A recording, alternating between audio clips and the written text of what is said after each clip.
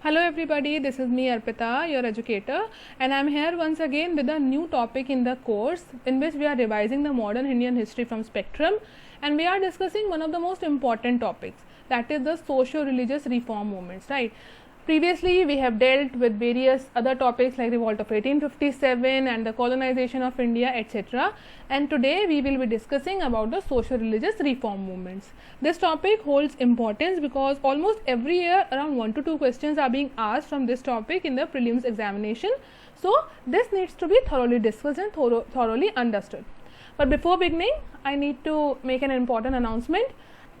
You can subscribe to our channel Arpita Sharma Classes if you want to have the daily Hindu news analysis and analysis of important international organizations, daily MCQs for your prelims preparation, strategy classes for UPSC, CSE, polity classes, important Indian polity, economics, MCQ series, economics classes and many more. You can press the bell icon and never miss an update. Also, Arpita Sharma ma'am is taking live plus courses on Unacademy plus platform. So, you can use the code SHARMA20 to get 10% discount and reap the benefits. Now, beginning with the factors, that what were the factors which led to the social reform movements? Socio-religious reform movements. There were various factors, right? For example, the impact of British rule. Now, how the impact of British rule? Now, see, Britishers were basically of colonial mindset, right? They had to colonize India and that was their main motive, okay, right? But in India, most of the earlier invaders that had come to India or that have annexed the frontiers of India were almost absorbed by our culture. We had already accepted them, like be it the Mughals or the Delhi Sultans, anybody. However, the British conquest was different because the Britishers invaded India at the time when we had already some enlightened people, and Europe, on the other hand, Europe was already enlightened during the 18th century, which affected almost everybody, and hence in a static society like ours, this impact or this British invasion or the invasion of the Britishers played an important role. Because almost everywhere there was Renaissance. In Europe there was Renaissance, so change was taking place, and when Britishers invaded India, that was the time of change. Hence, we also thought, or the enlightened Indians in India also thought, that now this is the period of change, and hence change needs to be brought in India as well. Secondly, there were some religious conditions like the religious and social evils in India.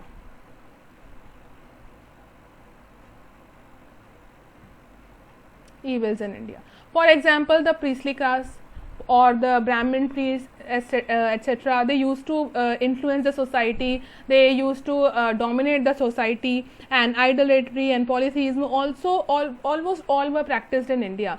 These needs to be changed. These were needed to be changed. Why? Because in a country, if a country needs to be developed, or if it needs to develop, then it needs to give away the evil customs which are basically trying to pull back the society or pull back the development. Hence, these were some of the customs that are pulling the people of India backwards. Hence, they need to be reformed. Then, depressing position of the women. The condition of women was quite depressing and distressing rather. For example, sati, female infanticide, these were all practiced in India. They were all practiced in India. Polygamy, sati, widow remarriage was not allowed. So, the enlightened Indians, for example, Raja Ram Mohan Roy, etc. and many more, Swami Vivekananda and many more, they tried to reform the condition of women, because a country can develop only when its women develop. So, that is why in order to change the condition of women, a reform was needed. Also, there was another social condition such as the caste problem. We used to have upper caste and lower caste, and we used to discriminate amongst them.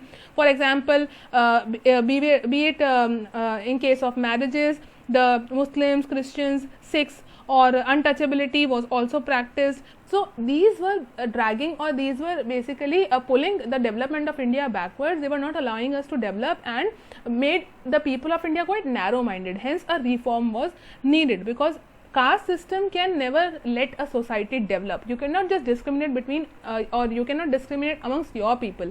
Hence, reforms were needed. Also, they were opposition to Western culture. Now see, Indians were almost very much interested and had very much belief in their own cultures and in their own culture and traditions, etc. And when the Britishers or the colonial mindset basically intruded into our customs and religions, we almost tried that the traditional culture must develop during this time. Hence, the colonial rule in India was almost followed by a systematic attempt to disseminate the colonial culture with the ideology as the dominant culture is current. So, we needed to develop, or we need to oppose the Western culture, or in order to oppose the Western culture, reforms started. Then new awareness among enlightened Indians, which we have already discussed. For example, the Bengali youth, or be it Raja Ram Mohan Roy, Swami Vivekanand, they were enlightened Indians. They wanted, or they knew that okay, if you want to develop a country, then change needs to be done. We cannot just sit back with our old customs and rituals and expect a development of the country. So reforms were needed, right? Thus, in short, we can say that the socio-cultural regeneration or the reformation of India of the 19th century was basically fueled by colonial presence, but not created by it. So we were affected by the colonial presence, but at the end we knew that okay, reforms are needed, and they just fueled it. They worked as a catalyst only. Now, socio-religious ideological basis or ideological basis of reform. Now, what were the socio-religious ideological basis? Firstly, the middle class. Renaissance, Reformation, Enlightenment, democratic revolution or reform, these were all the ideas of the middle class base, and hence the Western education had almost brought a change in the mindset of the middle class people as well.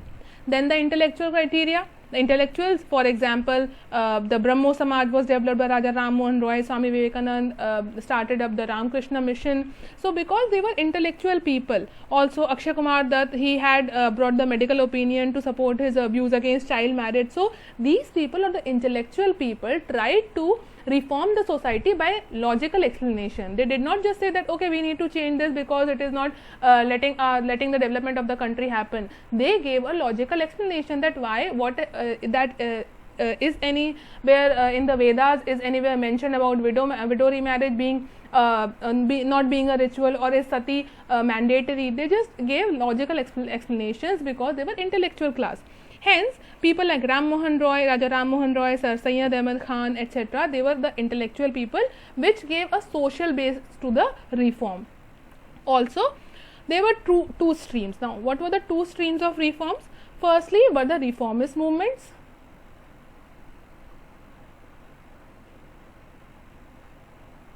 And secondly, were the revivalist movements. Now, what were the reformist movements? For example, the Brahmo Samaj, or the Pratna Samaj, or the Aligarh movement. They were all reformists. They wanted to reform the society. They wanted to reform the people. So these were the reformist movements. Whereas revivalist ones, they were like Arya Samaj or the Deoband movement, which we will be discussing further. So Arya Samaj and Deoband movement, etc., they all basically wanted to revive their own culture. They didn't want to reform but revive. You will understand the difference between reformist and revivalist movement when we'll move further. For right now, you can just understand, for example, Arya Samaj and Deoband movement were revivalist, whereas Brahmo Samaj, Pratna Samaj, Aligarh movement were reformist in the character. Right. Now, what was the direction, or what were the steps taken for the better position of movement? Now, these you can also categorize them in the direction, that how did they progress, or how did the social reform movements progress, the direction or the process, what was the process followed. For example, the steps taken for betterment of women. Now we already know that okay, the position of women was quite distressing, and sati, polygamy, child marriage, these were all practices which were quite which led to the degradation of the condition of or the position of women in the society. Hence, the first step that needed to be taken was for the betterment of the position of women. So the first step was taken by Raja Ram Mohan Roy in the process of abolition of sati. Raja Ram Mohan Roy was also known as or the pioneer in the abolition of sati, and in 1829 basically with the help of Lord William Bentinck, he or Lord Bentinck passed the Sati Abolition Act in 1829, and in 1830 the Abolition Act, which was previously only valid in Bengal, by 1830 it became valid to Bombay and Madras as well. So sati was finally abolished in the country. Then female infanticide was tried to be or was prevented via the Bengal Regulations Act of 1795 and 1804. By these regulations, female infanticide was treated as illegal or was deemed illegal. In 1870, the registration of the birth and verification of female child was made compulsory. So by 1870, the British government made it compulsory that in case a child is born in a family, then his registration is needed to be done, and that was mandatory. Also, the verification of a female child was also necessary after a few years of birth. Then Hindu Widows Remarriage Act was passed in 1856. Now these were almost initiated, or they were initiated by Ishwar Chandra Vidyasagar, who was a pioneer in the women reform movements. He was also the principal of the Sanskrit College in Calcutta, and he was able to bring this reform with the help of Lord Canning. Then Vishnu Shastri Pandit, he was also a pioneer in the upliftment of women or the upliftment of widows. So he founded the Widow Remarriage Association in 1850s. You can remember the names. For example, you can just make a table in your copies, like for example widow remarriage. Who worked towards widow remarriage? Like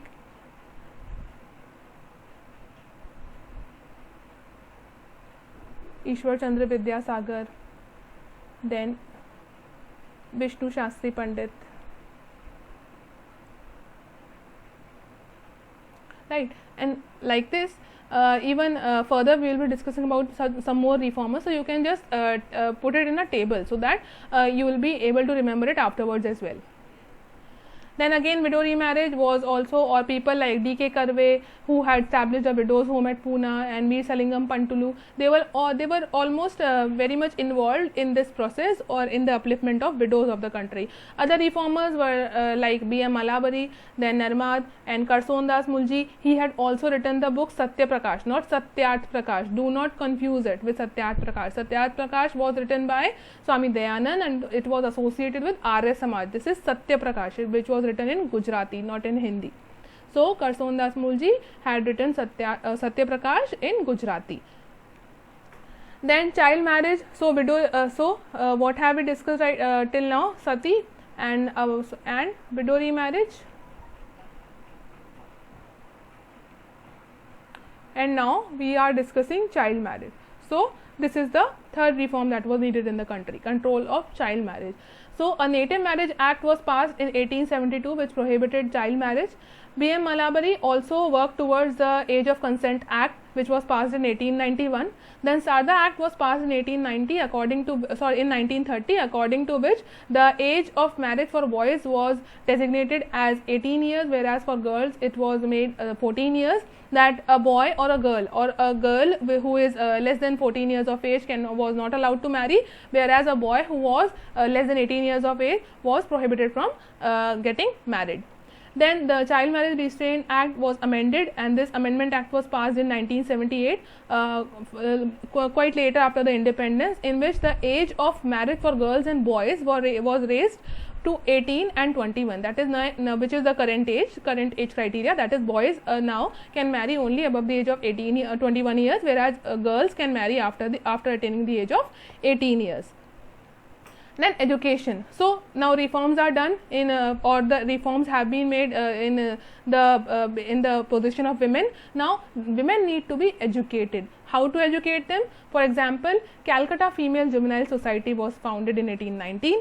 The Bethune School, which was started by J.D. Bethune, who was also the president for the Council Education of Calcutta, was started in 1849. This is very important. Please remember Bethune School. Who had started it? Do remember it. Then Ishwar Chandra Vidyasagar, who was also a pioneer in the Widow Remarriage Act, was quite interested in the education of women as well, because he knew that educated women can be independent and can lead their lives independently and happily. Thus, educating a woman is very important. Hence, Ishwar Chandra Vidyasagar, who was a pioneer of women's education, was associated with almost 35 girls' schools in Bengal as well. In 1914, Women's Medical Service was started, and D.K. Karve had also set up an Indian Women's University in 1916. Lady Hardinge Medical College, which is one of the most famous medical colleges in India, Lady Hardinge Medical College, was started at Delhi. Then Dufferin hospitals were started during the 1880s. Then women's organizations were started. For example, Bharat Sri Mahamandal was started in Allahabad, of which the first meeting was convened by Sarla Devi Chaudhrani in 1910. Then a ladies' social conference under National Social Conference, which was the parent organization. National Social Conference was the parent organization of Ladies' Social Conference, was convened, and it was by Pandit Ramabai Ranade. Then Arya Mahila Samaj was also started by Pandita Ramabai Saraswati, and All India Women's Conference, that is AIWC, was started by Margaret Cousins in the year 1927. So here is a list. You can write. You can take a screenshot, or in PDF also you will find the same. You can just keep it with you in front of you, so that it is easy for you to remember the years as well. For example, Sada Act was passed in 1929, Hindu Women's Right to Property Act 1937, Factory Act 1947, Hindu Marriage and Divorce Act 1954, Special Marriage Act 1954, Hindu Adoption and Maintenance Act, which was passed in 1956, Suppression of Immoral Traffic in Women Act 1958, Dowry Prohibition Act, which is very important, in 1961, and Equal Remuneration Act was amended in 1976 as well, which was passed in 1958. Now, after moving from the betterment of condition of women, now we move towards the caste movements. Who were the pioneer in uplifting the castes in India? Let us discuss. Now, Jyotirao Phule, who himself was born into a lower caste, he was against the Brahminical domination, because he himself had witnessed it since childhood. So he was against the Brahminical domination, and hence he formed the All India Scheduled Caste Association. Also, Maharaja of Kolhapur led a non-Brahmin movement. Now see, they were against Brahmins because since ancient India, Brahmins had dominated the scene. Brahmins, Kshatriya, Vaishya, Shudras, into these four castes Indian society was divided, and amongst whom Brahmins used to dominate the scene. So all of them were almost quite against the Brahmins, because gradually Brahmins had started to dominate or to influence the people, and had tried to maintain themselves as the upper caste or as the higher caste of the society, and treating others as basic or untouchables or as lower caste. So this was not accepted by the was not accepted by the reformists. Hence, people were quite against the Brahmin movements. So Maharaja of Kolhapur as well, he started the non-Brahmin movement. E.V. Ramaswamy Naikar had started the self-respect movement. This is very important, please remember it. E.V. Ramaswamy Naikar had started the self-respect movement in 1920s in South India. Then Sri Narayan Guru, he was also against the upper caste domination. Dr. B.R. Ambedkar, one of the pioneers of this movement, he had started the Mahar Satyagraha, because he himself belonged to a Mahar caste and he had faced discrimination since his childhood. So Mahar Satyagraha, which was started in March 1927, he had burnt Manu Smriti as well, because it discussed about the Brahminical influence or the Brahmin domination. Then he also started the Bahishkrit Hitkarini Sabha. This is important. I think it is one of the previous year's questions as well. I have read it somewhere. So do remember such organizations. They can be asked directly in the prelims examination. So Dr. B.R. Ambedkar also started the Bahishkrit Hitkarini Sabha in 1924.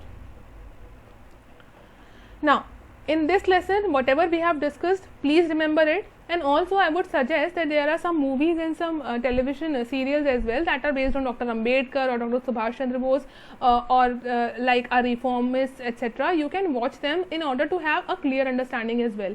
So try to grasp as much as possible, not from books but from the practical life, from the general awareness is more important. So I hope you have understood whatever we have discussed. In case you have any query, you can mention it in the comment section. I'll try to answer all your queries. Thank you.